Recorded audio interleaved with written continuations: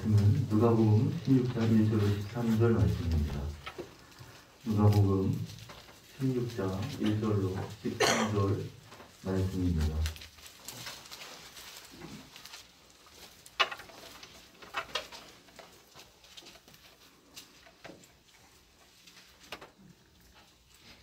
다 찾으신 줄 알고 자, 여러분 한 줄씩 교독하겠습니다. 또한 제자들에게 이르시되 어떤 부자에게 청지기가 있는데 그가 주인의 소유를 낭비한다는 말이 그 주인에게 들린지라. 주인이 그를 불러이르되 내가 너에게 대하여 들은 말을 들으리라. 내가 어떤 일을 해와라 청지기 직무를 계속하지 못하리라니. 청지기가 속으로 이르되 주인이 내 직분을 빼앗으니 내가 무엇을 할까? 땅을 파자니 힘이 없고 기로 먹자니 부끄럽구나. 내가 이를 알았도다. 이렇게 하면 직분을 빼앗긴 후에 사람이 나를 자기 집으로 영접하라 하고 주인에게 빚진 자를 일일이 불러다가 먼저 온 자에게 이르되 내가 내 주인에게 얼마나 빚졌느냐? 나에게 주인은 말이니까 이르되 여기 내 증서를 가지고 빨리 하자 하고 또 다른 이에게 이르되 너는 얼마나 빚졌느냐? 이르되 밀 100석이니이다. 이르되 여기 내 증서를 가지고 80이라 쓰라 하였는지라. 주인이 조차는 청지기가 이르시지 못하였으므로 칭찬하였으니 이 세 아들들이 자기 집에 있어서는 빚질 자들보다 더 지혜로우니라. 내가 너에게 말하노니 불의의 재물로 신구를 하리라. 그리하면 그 재물이 없어질 때 그들이 너희를 영주할 처소로 영접하리라. 지극히 작은 것에 충성된 자는 큰 것에도 충성되고 지극히 작은 것에 불의한 자는 큰 것에도 불의하리라. 너희가 만일 불의한 재물에도 충성하지 아니하며 누가 참된 것으로 너희에게 맡기겠느냐? 너희가 만일 많은 것에 충성하지 아니하면 누가 너희의 것을 너희에게 주겠느냐? 함께 읽겠습니다. 지타인이 주인을 섬길 수 없나니 혹이 비유를 하고 저를 사랑하거나 혹이를 중히 여기고 저를 경히 여길 것입니다. 너희는 하나님과 재물을 겸하여 섬길 수 없느니라.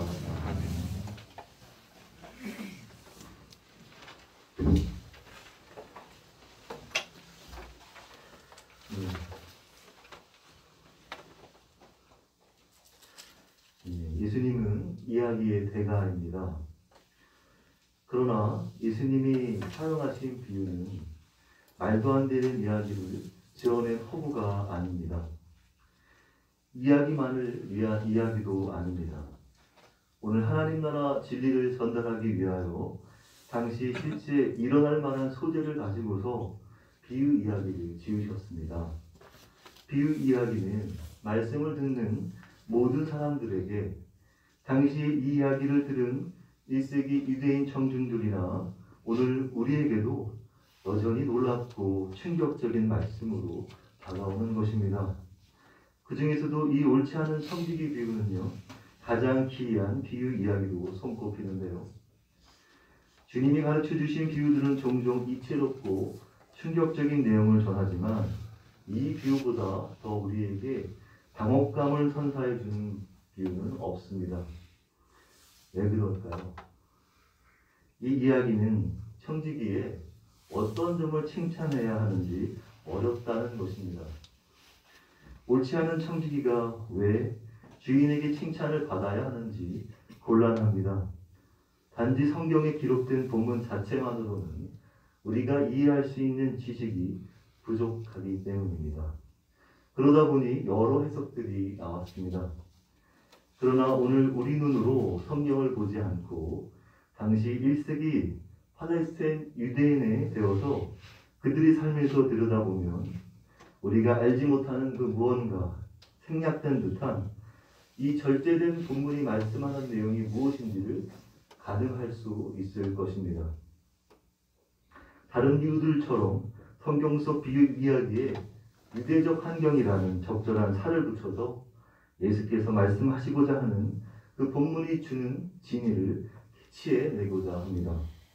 가장 설득력 있는 견해는 비유 이야기에 등장하는 어떤 부자는 소규모 부자가 아니라 큰 땅을 소유한 지주라는 것입니다. 청지기는 주인의 부동산 토지를 임대하고 관리하는 관리인이며, 빚진 자 채무자들은 자신이 낼 임대료를 자신이 농사한 현물로 지불하는 소장농이라는 사실입니다. 그런 구도로 봐야 이 이야기가 전하는 스토리가 무엇을 전하고자 하는지 또렷해집니다. 부자주인은 농사를 지을 소장농들에게 자신의 땅을 빌려주었습니다. 그리고 그 땅으로부터 임대료를 각각 농사한 현물로 받는 땅 부자였던 셈입니다. 아무래도 고대 사회에는 부자하면 대부분이 땅 부자였을 것은 당연합니다. 그래서 일선에서 매일 이루어지는 사업에서만 그 농사 현장을 일일이 다 파악할 수가 없어서 청지기 관리인을 두어 관리하게 하였습니다. 청지기는 주인의 재산을 관리하는 일이었습니다. 그는 예수께서 옳지 않은 청지기로 일컬은 청지기 관리인입니다. 본문에서 그가 주인의 소유를 낭비한다고 말씀하는 것으로 보아 부자 주인은 처음에 청지기를 믿고 이를 맡겼을 것입니다.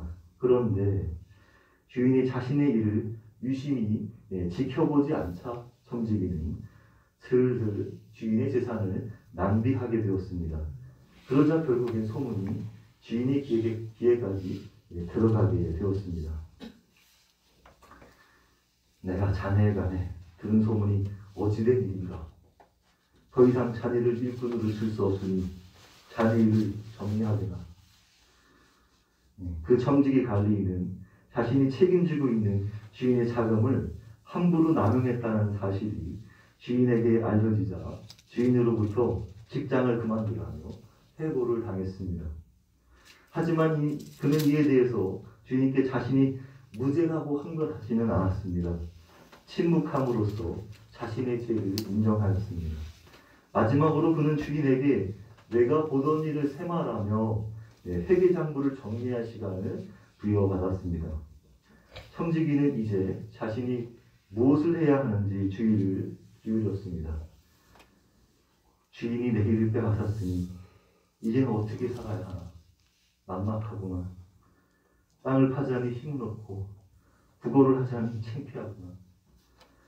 그는 여전히 일자리가 필요했습니다. 막노동을 생각해봐도 부고를 생각해도 못할 일이었습니다. 이제는 누가 자신을 고용해둘지 막막하였습니다. 그때 문득 그에게 성냥처럼 번뜩이는 아이디어가 떠올랐습니다.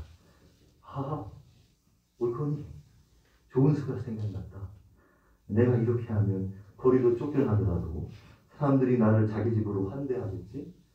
속으로 생각하면서 그는 주인께 마지막 결산보고를 준비하면서 과감한 묘수를 생각해 내었습니다.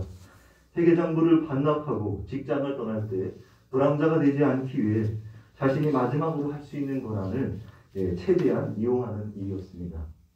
어차피 직장도 날아갈 판에 큰 모험이라도 걸고 그만두자고 굳게 마음을 먹었습니다. 만약 이 계획이 실패로 돌아간다면 그는 감옥에 가야 할 것이었습니다. 하지만 이것이 성공한다면 자신의 가족들과 주인의 땅에서 농사를 하는 소작농 가족들과 그리고 그 땅에서 산물을 먹고 사는 그 이웃들과 마을 공동체 모두에게 영웅이 될 것이었습니다. 그럼 그가 떠올린 대담한 묘수는 뭐냐? 그건 바로 부자에게 빚을 진 채무자들이 환심을 살 수 있는 수단이 마지막으로 자신에게 남아있다는 사실을 깨달은 것입니다. 그의 모든 일은 주인께 위임받아 주인의 이름으로 모든 일을 처리해 왔으니까요. 그래야 이 청지기 관리인은 그들의 호의를 사기 위해서 그들의 빚을 감면해 주기로 하였습니다. 그리하면 그들은 직장을 잃은 자신을 환대해 주리라는 계산이었습니다. 그래야 그는 주인께 빚진 채무자들을 하나씩 불러드렸습니다. 당신은 주인에게 얼마를 빚졌소? 물으니 답하기 올리브비는 100마리요. 청지기는 당신 문서가 여기 있으니 어서 앉아 50마리라 적으시오 하였습니다. 또 다른 채무자를 불러 당신은 주인에게 얼마를 빚졌소? 물으니 그 사람은 늘 100석이요. 그에게도 당신 문서가 여기 있으니 어서 80석이라 적으시오 하였습니다. 그는 서둘러야 했습니다. 주인이 알아채기 전에 자신이 해고된 것이 온 동네에 알려지기 전에 일을 마쳐야 했습니다. 만약 이 일을 들키면 채무자들은 협력하지 않을 것이고 그러면 이들도 주인과의 신뢰가 깨지고 주인은 더 이상 이들에게 땅을 임대해주지 않을 것이기 때문이었습니다.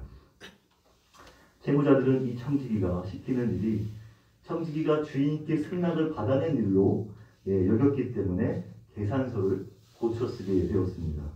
그리하여 이제 주인께 빚을 진 채무자들은 주인의 간대한 배품에 아주 기뻐하게 되었습니다. 그리하여 주인께 감사한 마음을 전했고 이 일은 마을 공동체에 소문이 나게 되었습니다. 이야기의 결론은 예수께서 이 옳지 않은 청지기가 이를 지혜 있게 하였으므로 주인이 그를 칭찬하였다고 16장 8절이 기록하고 있는 것인데요. 우리는 예수께서 이 이야기를 끝맺을 때 주시는 교훈으로 들어가기 앞서서 여기서 잠시 예수님의 비유 이야기를 잘라먹고 손을 들고 의사진행 발언이라도 하고 싶은 생각이 듭니다. 아마도 당시 이 말씀을 듣던 청중들은 이런 생각이 들었을 것입니다. 아니 어떻게 이런 생각을 할 수 있나? 남의 재산으로 타인의 한심을 사려 하다니 이게 가당키나 한 일인가? 그러고도 주인이 그를 칭찬을 해? 말이 되는 이야기를 해야지. 여전히 끝까지 잔기로 인생을 살려는가? 그게 칭찬받을 일인가? 예수님 비유는 뭔가 잘못된 거 아니야? 하는 생각이 드는 겁니다. 무슨 이야기가 그래? 주인이 제정신이 아니네? 바보 아니야? 청중들은 당혹감을 감출 수가 없는 것이죠. 이야기 전개가 어딘가 안 맞는 듯한 이유는 다른 비유들처럼 주인이 이상하기 때문입니다. 안 그래도 옳지 않은 청지기인데 주인까지 옳지 않은 일에 칭찬한다는 것은 도무지 납득이 가지 않는 것입니다. 이것이 이야기의 반전입니다. 이 이야기의 모순점이 바로 이 이야기의 해법입니다. 이 이상한 이야기의 풀림은 바로 그 지점에 있는 것입니다. 그건 바로 뭐냐? 주인의 성품입니다. 이 청지기 관리인이 생각해낸 모습은 그건 바로 주인의 인격의 모든 것을 거는 것이었습니다. 그것이 청지기의 마지막 의식이었습니다. 자신이 경험한 주인은 자비롭고 자상한 사람이었습니다. 주인이 소유를 낭비한다는 소유를 얘기를 들었을 때 주인은 그를 바로 감옥에 보낼 수도 있었습니다. 하지만 주인은 그를 감옥에 보내지 않았고 꾸지람도 하나 없이 주인이 그를 해고하는 선에서 마무리 지으려 했다는 점에서 주인의 성품은 그에게 확실히 증명된 것이었습니다. 그래서 그는 이 일을 감행하기로 결심한 것입니다. 그래서 그는 전에 알지 못하던 새로운 세계로 들어서게 되었습니다. 그 세계는 은혜의 세계였습니다. 그는 여태 이런 세계를 경험하지 못했던 자였습니다. 늘 잔깨와 잔머리로 여지껏 인생을 살아온 자였습니다. 그는 소심하게 계산적이었으며 자기밖에 모르는 사람이었고요. 그가 살았던 세상은 비정한 세상이었습니다. 그는 남에게 줄 줄도 몰랐고 남에게 도움받는 것도 존심상하는 일이었습니다. 그러나 그런 인생은 이번 해고로 끝장나고야 말았습니다. 그런 세상은 좁고 좁은 세상이었던 것입니다. 그리하여 그는 큰 결심을 하게 되었으니 그건 주인의 덕을 이용하여 할 수 있는 한 채무자들의 빚을 탕감해 주는 것이었습니다. 그리고 그들로부터 그 덕도 자신도 있기를 바라는 것이었습니다. 그 전략은 적중하였고요. 결국 주인으로부터 칭찬을 얻어낸 것입니다. 그럼 주인의 입장에서 보겠습니다. 어느 날 주인은 뜬금없이 소장농들과 그의 가족들로부터 감사와 칭송을 듣게 되었습니다. 마을에 마주치는 사람마다 밝은 얼굴로 인사하고요. 더구나 사람들마다 자신 덕분에 살고 있다는 칭찬들을 하는 것입니다. 왜 그런가 이상하여 결국 주인은 이 모든 일의 자초지점을 알아보게 되었습니다. 주인은 곰곰이 생각하였습니다. 주인은 이를 어떻게 해결해야 할까요? 그에게는 두 가지 선택이 있었습니다. 하나는 이번 일에 대해 채무자들을 다시 불러 모아서 해고된 청지기의 계산은 잘못되었다면서 이번 일은 무효라고 선언하고 원상태로 돌려놓을 수도 있었습니다. 그러면 채무자들은 어떻게 반응할까요? 다들 황당해 할 것이고요. 주인이 베푼 아량에 대한 그 존경과 명예는 이내 인색함과 경멸, 온갖 욕설과 비난으로 뒤바뀌게 될 것이었습니다. 두 번째 다른 선택은 청지기 갈리인은 나쁜 녀석이고 비록 자신의 재산에 적지 않은 손해를 끼쳤을지라도 마을 공동체에 듣는 칭찬을 그냥 받아들이기로 하는 것입니다. 그리고 청지기 또한 그들에게 칭찬을 받도록 놔두는 것입니다. 그럼으로써 주인이 관대하며 덕망이 높으며 자선을 베푸는 사람이라는 것을 이 마을 공동체에 널리 알려지고 있는 것을 굳이 마다하지 않기로 하는 것입니다. 이 두 가지 안 중에서 주인은 두 번째 안을 선택함으로써 기쁨을 마을 사람 모두와 함께 나누게 되었습니다.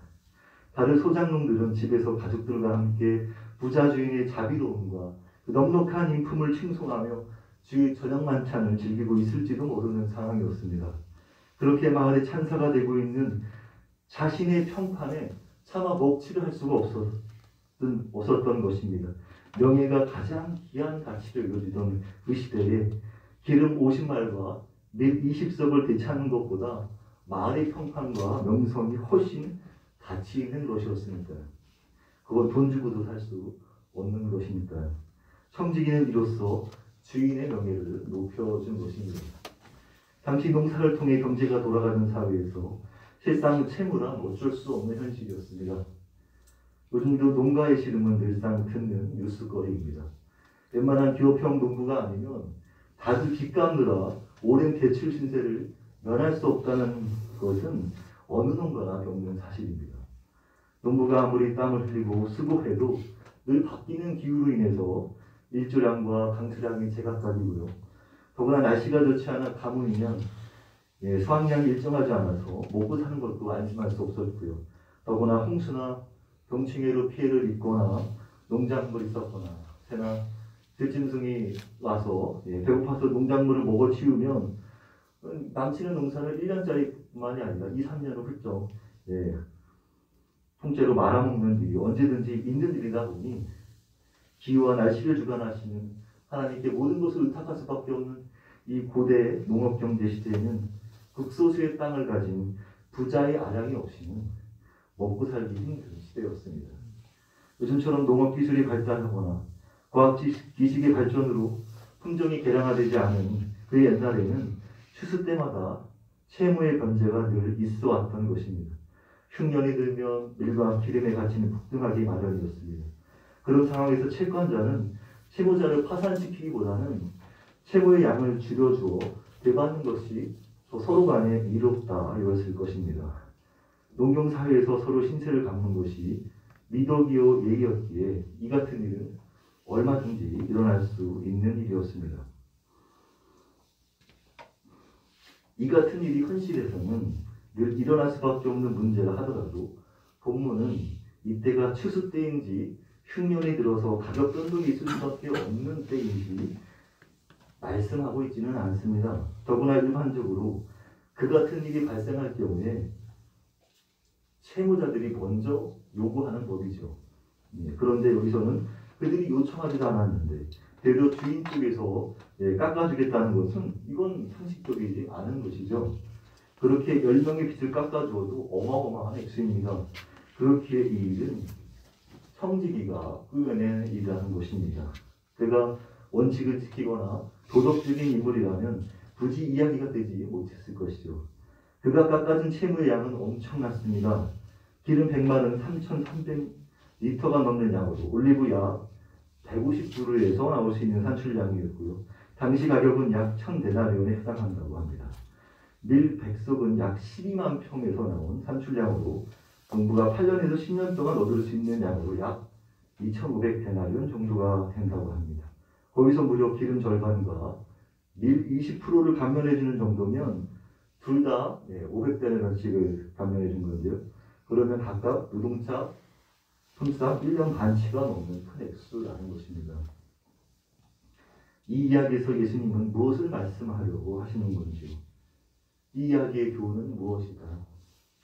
청지기가 받은 칭찬은 그가 도덕적이어서가 아니라 그가 영리했기 때문에 주인께 칭찬을 받았다고 예수님은 말씀합니다. 주인이 부정직한 행위를 칭찬했다면 말이 안 되는 이야기죠. 예수께서 그를 옳지 않은 청지기가 지있게 하였으므로 라고 말씀하신 데서 초점이 다른 곳에 있다는 것을 말씀하시는 겁니다. 그의 어떤 점이 지혜에 있어서 칭찬할 일인가요? 이 말씀에 드러납니다. 이 세대의 아들들이 자기 시대에 있어서는 빛의 아들들보다 더 지혜로움입니다. 내가 너희에게 말하노니 불의의 재물로 친구를 사귀라. 그리하면 그 재물이 없어질 때 그들이 너희를 영주할 처소로 영접하리라.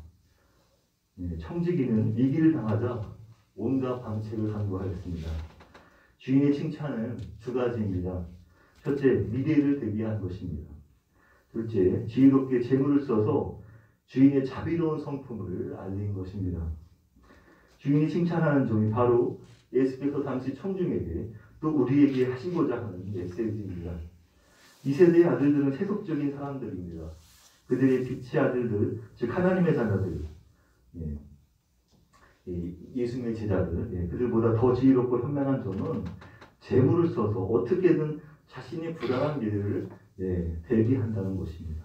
그래서 예수께서는 불의한 재물, 즉 세상적인 재물로 친구를 사귀라 말씀하십니다.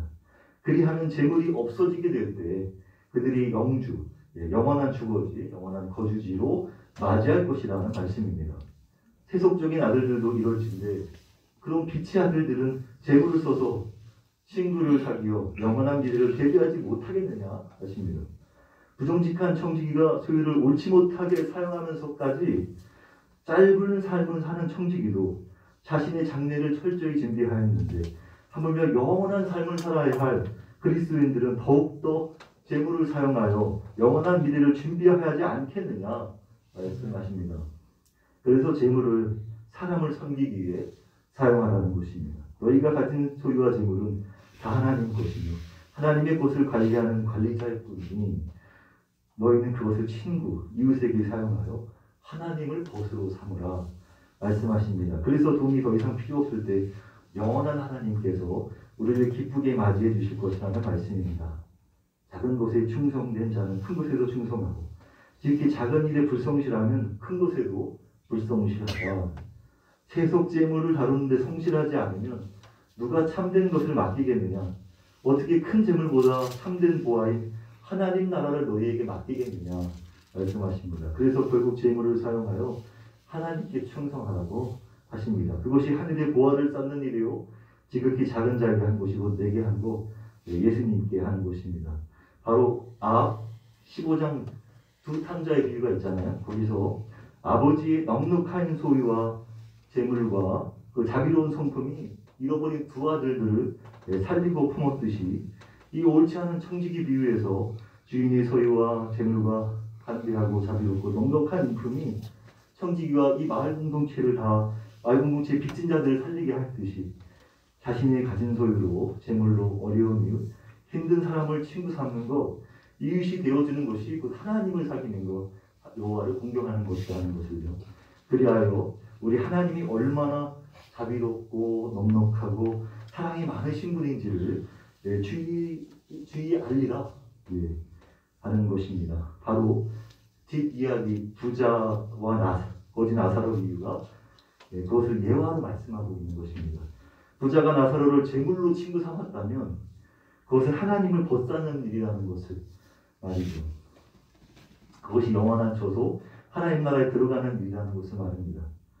너희 소유를 팔아 부지하여 낡아지지 아니하는 배낭을 만들라. 곧 하늘에 둔바 다함이 없는 보물이니 거기는 도둑도 가까이 하는 일이 없고 좀도 먹는 일이 없느니라. 너희 보물이 있는 곳에는 너희 마음도 있으리라.